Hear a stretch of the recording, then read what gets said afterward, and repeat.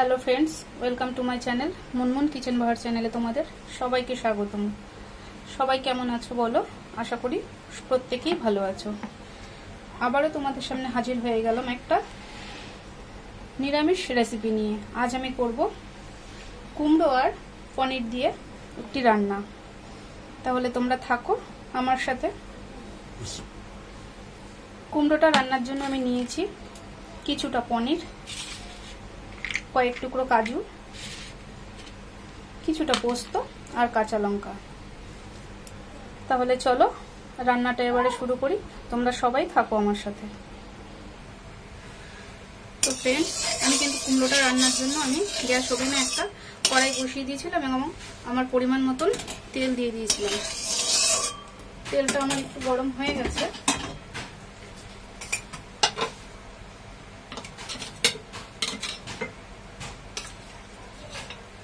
এখন এই তেলের মধ্যে আমি দিয়ে দেবো কিছুটা বাটার।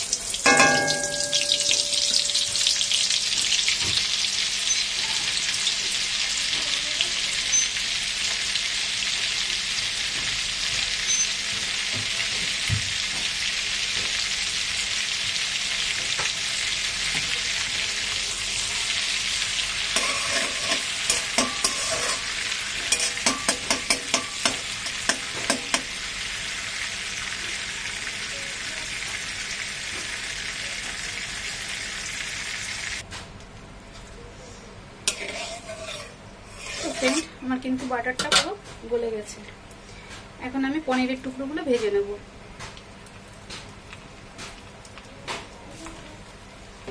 পনিরটা আমি বাড়িতেই বানিয়ে নিয়েছিলাম।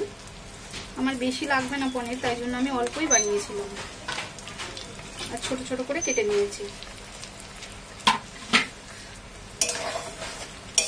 পনিরটা আমি হালকা হালকা লাল করে আমি ভেজে নেব। তো ফ্রেন্ড, আমার কিন্তু পনিরটা সুন্দর লাল লাল করে ভাজা হয়ে গেছে। আমি এখন পনিরগুলো তুলে নেব।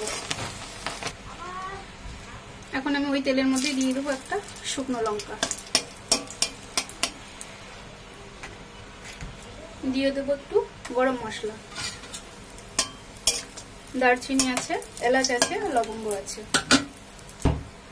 আর দিয়ে দেবো একটু সাদা জিরে।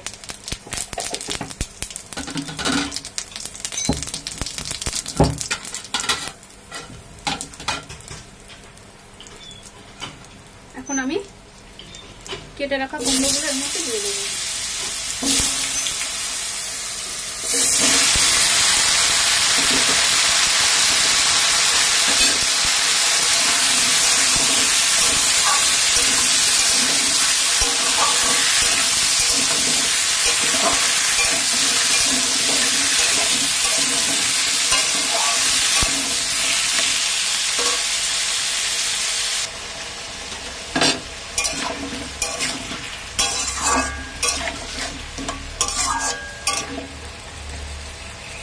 আমি একটু কুমড়োগুলো ঢাকা দিয়ে দেবো যাতে তাড়াতাড়ি সিদ্ধ হয়।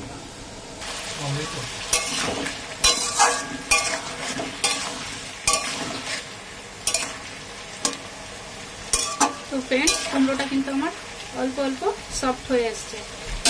এখন আমি এর মধ্যে দিয়ে দেবো আমার স্বাদ মতো নুন,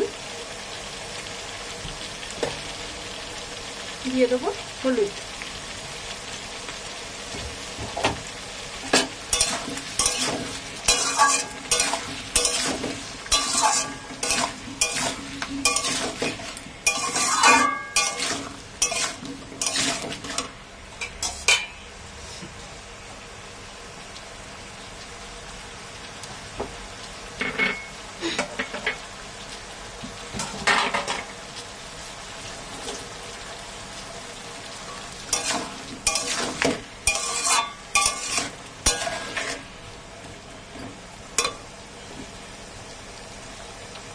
এর মধ্যে দিয়ে দেবো আমি একটা পাকা টমেটো কেটে রেখেছিলাম, সেটা দিয়ে দিলাম।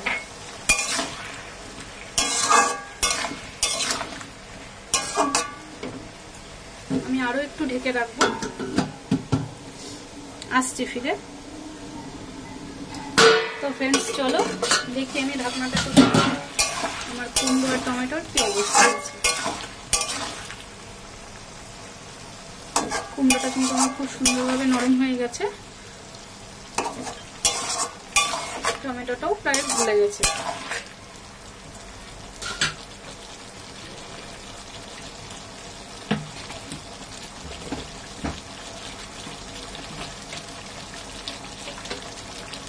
এই অবস্থায় আমি কালারের জন্য দিয়ে দেবো একটু কাশ্মীরি লঙ্কার গুঁড়ো।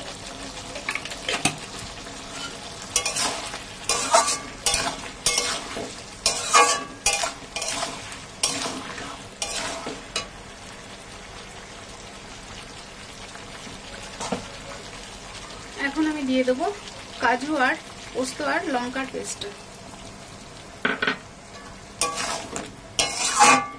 এটা দিয়ে কিন্তু আমি খুব সুন্দরভাবে কষিয়ে নেব।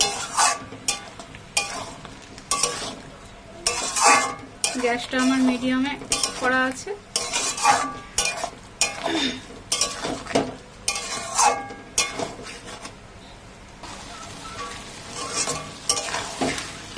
তো ফ্রেন্ডস, আমার কিন্তু মশলাটা দিয়ে আর তরকারিটা দিয়ে কিন্তু তেল ছাড়তে শুরু করে দিয়েছে, আর আমার মশলাটা কিন্তু কষিয়ে নেওয়া কমপ্লিট হয়েছে। এখন আমি মিক্সিং জার ধুয়ে যেটু জলটা রেখেছিলাম সেটা আমি অ্যাড করব। জলটা তোমরা তোমাদের প্রয়োজন মতো দিও, যে যেরকম গ্রেভি রাখবে সে তার পছন্দ মতো দিও।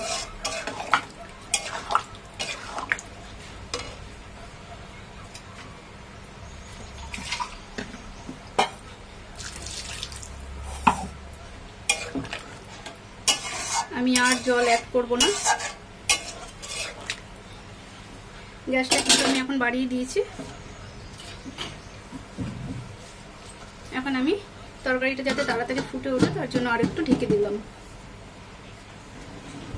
তো ফ্রেন্ডস, আবার ফিরে এলাম, দেখি আমার গ্রেভিটা ফুটে উঠেছে কিনা। হ্যাঁ, খুব সুন্দর করে গ্রেভিটা আমার ফুটে উঠেছে। এখন আমি এর মধ্যে দিয়ে দেবো ভেজে রাখা পনিরের টুকরোগুলো।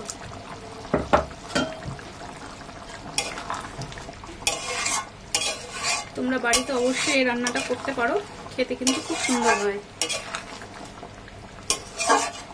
আমি এতটা গ্রেভি রাখবো না, আমি এটা আরো শুকাবো, তাই আমি আরো কিছুক্ষণ ফুটতে দিই। তো ফ্রেন্ড, আমার কিন্তু গ্রেভিটা প্রায় শুকিয়ে এসেছে। এটা আমি একেবারেই শুকিয়ে ফেলবো না, হালকা গ্রেভি আমি রাখবো।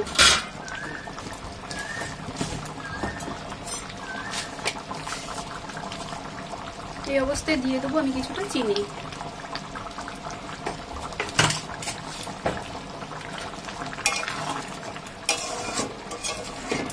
রান্নাটা যেহেতু নিরামিষ, তাই তোমরা এটার মধ্যে ঘি ব্যবহার করতে পারো, কিন্তু আমি ঘি ব্যবহার করব না, কারণ আমি অলরেডি প্রথমেই আমি অনেকটা বাটার ব্যবহার করেছি, তাই আমি আর ঘি ব্যবহার করব না।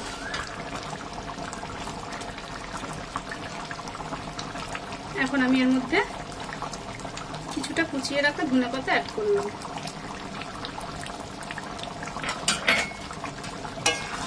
আমার কিন্তু আজকে নিরামিষ কুমড়ো আর পনিরের তরকারিটি পুরো রেডি। তোমাদের যদি রান্নাটা ভালো লেগে থাকে তবে প্লিজ সবাই পাশে থেকো, আমার চ্যানেলটি সাবস্ক্রাইব করে দিও, লাইক কমেন্ট শেয়ার করে দিও। ধন্যবাদ।